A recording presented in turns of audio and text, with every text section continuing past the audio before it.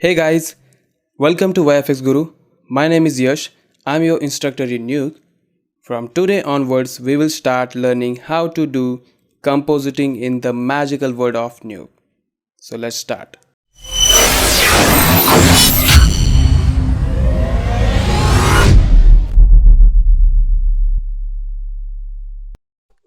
तो हम आ चुके हैं न्यूक इंटरफेस के ऊपर।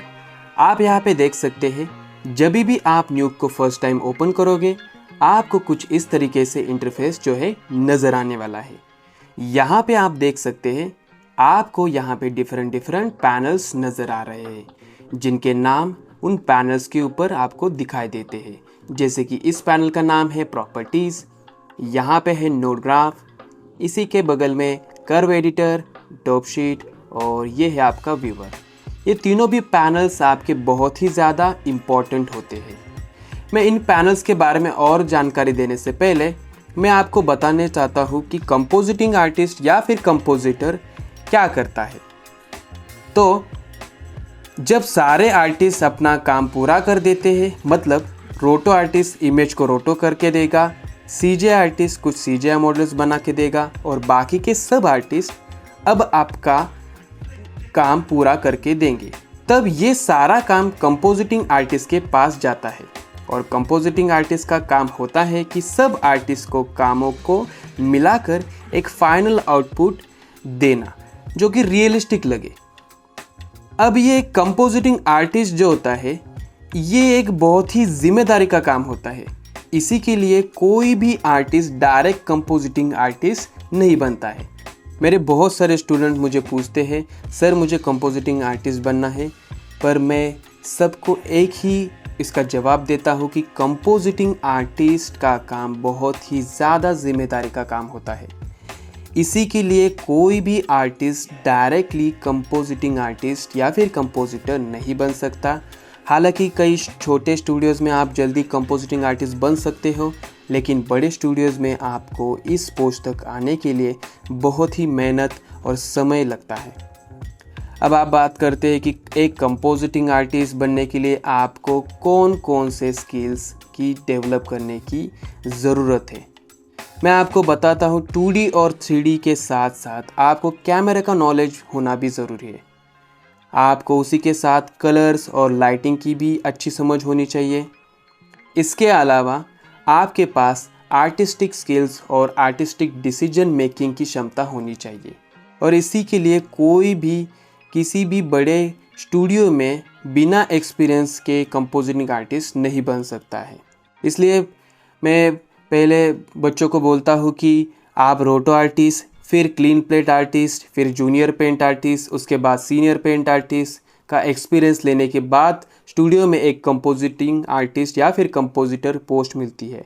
मतलब कंपोजिटिंग आर्टिस्ट बनने के लिए आपको कम से कम 6 साल की ज़रूरत होती है, 6 साल उसे लगते हैं। और कंपोजिटिंग आर्टिस्ट बनने के लिए आपको न्यूक, फ्यूजन, फोटोशॉप का नॉलेज होना बहुत ज़रूरी है और आफ्टर इफेक्ट्स का भी नॉलेज होना एक प्लस पॉइंट साबित हो सकता है। अब आते हैं न्यूक इंटरफेस के ऊपर। यहाँ पे आप देख सकते हो, लेफ़्ट साइड में ये आपको देखने को मिलता है नोड ग्राफ। इस नोड ग्राफ को यूज़ करते हुए आप न्यूक के अंदर नोड्स क्रिएट कर सकते हो। यहाँ पे आपको बहुत सारे डिफरेंट कैटेगरीज मिल जाती है और उन कैटेगरीज में आप यहाँ पे बहुत सारे डिफरेंट टाइप्स ऑफ नोड्स जो है देख सकते हो। किसी भी एक नोड के ऊपर अगर मैं क्लिक करूँगा तो यहाँ पे आप देख सकते हो, ये मेरे नोड ग्राफ पैनल के अंदर यहाँ पे मेरा नोड जो है क्रिएट हो चुका है। आप इस नोड को सिलेक्ट कर सकते हो और इसकी सारी प्रॉपर्टीज़ राइट साइड में इस प्रॉपर्टीज़ पैनल में आप यहाँ पे देख सकते हो। इसके पैरामीटर्स आप यहाँ पे देख सकते हो। जैसे कि इस नोड को मैंने अभी क्रिएट किया है तो इसकी सारी प्रॉपर्टी मुझे नज़र आ रही है। जैसे कि इसमें चैनल्स कौन से हैं अभी आप फ़िलहाल देख सकते हैं, यहाँ पे ऑल चैनल्स मुझे देखने को मिल रहे हैं। इसी के जस्ट नीचे size, filter, mass and mix value. तो हम इन नोड्स के बारे में जैसे जैसे हम आगे बढ़ेंगे तो हम इसकी जानकारी मैं आपको देने वाला हूँ। हाल फिलहाल अभी हम पूरे इंटरफेस को यहाँ पे अभी देखने वाले हैं। तो आप यहाँ पे ऊपर आते हो तो आपको यहाँ पे देखने को मिलता है व्यूअर पैनल। इस व्यूअर पैनल के अंदर आपको यहाँ पे कोई भी वीडियो जो आप यहाँ पे न्यूक के अंदर इंपोर्ट करके लेके आओगे उसे आप यहाँ पे देख सकते हो। आप यहाँ पे नीचे आते हो तो यहाँ पे आपको इनपुट्स और मिलता है आउटपुट्स। किसी भी नोड के ऊपर आपको ये दो ऑप्शंस मिलते हैं, एक होता है इनपुट, एक होता है आउटपुट। अगर मैं कोई दूसरा नोड क्रिएट करके लेके आऊँ, सपोज मैं आता हूँ मर्ज कैटेगरी के अंदर और यहाँ पे मैं सिलेक्ट करता हूँ मर्ज नोड, तो इसके अंदर भी आप यहाँ पे देख सकते हो, यहाँ पे आपको दो ऑप्शंस मिलते हैं, एक होता है इनपुट, एक होता है आपका आउटपुट। ठीक है, तो ये आप देख सकते हो यहाँ पे दो इनपुट्स मिल रहे हैं मुझे, एक है मेरा ए पाइप, एक है मेरा बी पाइप। तो इसी प्रकार आप यहाँ पे बाकी के सारे नोड जो है जब भी आप यहाँ पे क्रिएट करोगे तब आपको यहाँ पे नोड्स देखने को मिल जाएंगे। यहाँ पे स्क्रॉल बटन से आप नोड ग्राफ के ऊपर जूम इन कर सकते हो और उसी प्रकार जूम आउट भी कर सकते हो। यहाँ पे आपके अगर ये नोड्स बाय मिस्टेक कहीं पे अगर दूर चले जाते हैं तो आप शॉर्टकट की F प्रेस करते हुए नोड्स को फिट टू विंडो करके लेके आ सकते हो।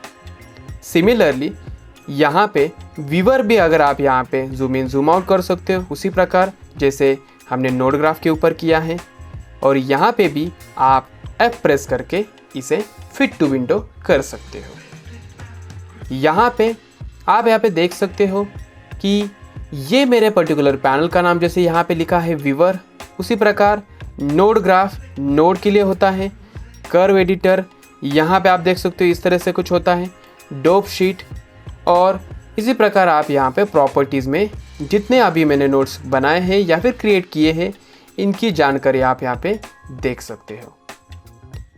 तो अगर आप गलती से मान लीजिए कि अगर आपने किसी भी एक पैनल को क्लोज कर दिया, जैसे सपोज मैंने अभी नोड ग्राफ को यहाँ पे मैंने क्लोज कर दिया, मैंने कर्व एडिटर को क्लोज कर दिया, मैंने डोप शीट को क्लोज कर दिया, तो आप इन पैनल्स को कैसे फिर से लेके आ सकते हो। यहाँ पे आपको एक छोटा सा स्क्वायर यहाँ पे देखने को मिलेगा, तो आप अगर इस स्क्वायर के ऊपर क्लिक करोगे और आते हो आप विंडोज़ के अंदर, तो यहाँ पे आपके सारे पैनल जो है देखने को मिल जाते हैं।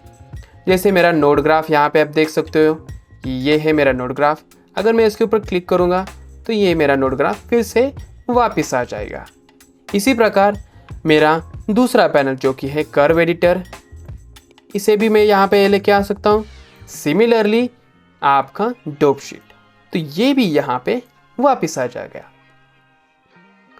तो यहाँ पे जब भी आप गलती से मिस्टेकली अगर आप किसी पैनल को डिलीट कर देते हो तो आपको ध्यान में रखना है, आपको इस स्क्वायर के ऊपर आके विंडोज़ में आके यहाँ से आपको सारे पैनल जो है क्रिएट करने हैं या फिर से लेके आने हैं। और आपको मान लीजिए कि आपने गलती से इस पैनल को ही क्लोज कर दिया जो कि मेरा नीचे था यहाँ पे, तो आप यहाँ पे वर्क स्पेस में आते हुए इस वर्क स्पेस को रीसेट कर सकते हो। जैसे कि यहाँ पे मैं क्लिक कर देता हूँ तो ये मेरा वर्क स्पेस रीसेट हो जाएगा।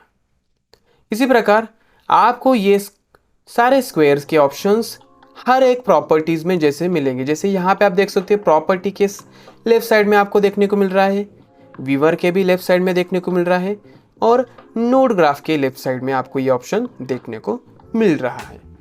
यहाँ पे आप कोई भी पैनल को ऐसे क्लोज करोगे, जैसे मैंने इसे भी क्लोज कर दिया, मान लीजिए मैंने इस पैनल को भी यहाँ पे आते हुए क्लोज कर दिया। इसी प्रकार यहाँ पे मैंने इस प्रॉपर्टीज़ को भी क्लोज कर दिया, मान लीजिए मैंने इस बैकग्राउंड रेंडर्स को भी क्लोज कर दिया। तो इस तरह से ये पैनल्स आपके डिलीट हो जाते, पर ध्यान रखिए ये आप बस टेम्पररी डिलीट कर रहे हो या फिर क्लोज कर रहे हो। तो यहाँ पे ये आपका परमानेंटली डिलीट नहीं होता या फिर क्लोज नहीं होता। आप इसे कभी भी वर्क स्पेस में लेके आते हुए यहाँ से आप इसे रीसेट कर सकते हो और आपके पैनल्स को यहाँ पे देख सकते हो कि ये सारे आपको यहाँ पे देखने को मिल जाते हैं। इसी प्रकार आप वर्क स्पेस में आते हो तो आपको यहाँ पे different types of work spaces देख सकते हैं। आप यहाँ पे जैसे अभी बाय डिफ़ॉल्ट मेरा ये वर्कस्पेस यहाँ पे एक्टिव है जिसका नाम है कंपोजिटिंग। जस्ट इसके नीचे आप देख सकते हो दूसरा है लार्ज नोड ग्राफ, एंड इसी के सामने आप इसकी शॉर्टकट कीज़ भी देख सकते हो। अगर मैं यहाँ पे सिलेक्ट करता हूँ लार्ज नोड ग्राफ, तो आपको यहाँ पे नोड ग्राफ लार्ज देखने को मिल जाता है, और राइट साइड में आपका व्यूअर जो है इस तरह से छोटे साइज में आपको देखने को मिल जाता है। और इसके ऊपर आपको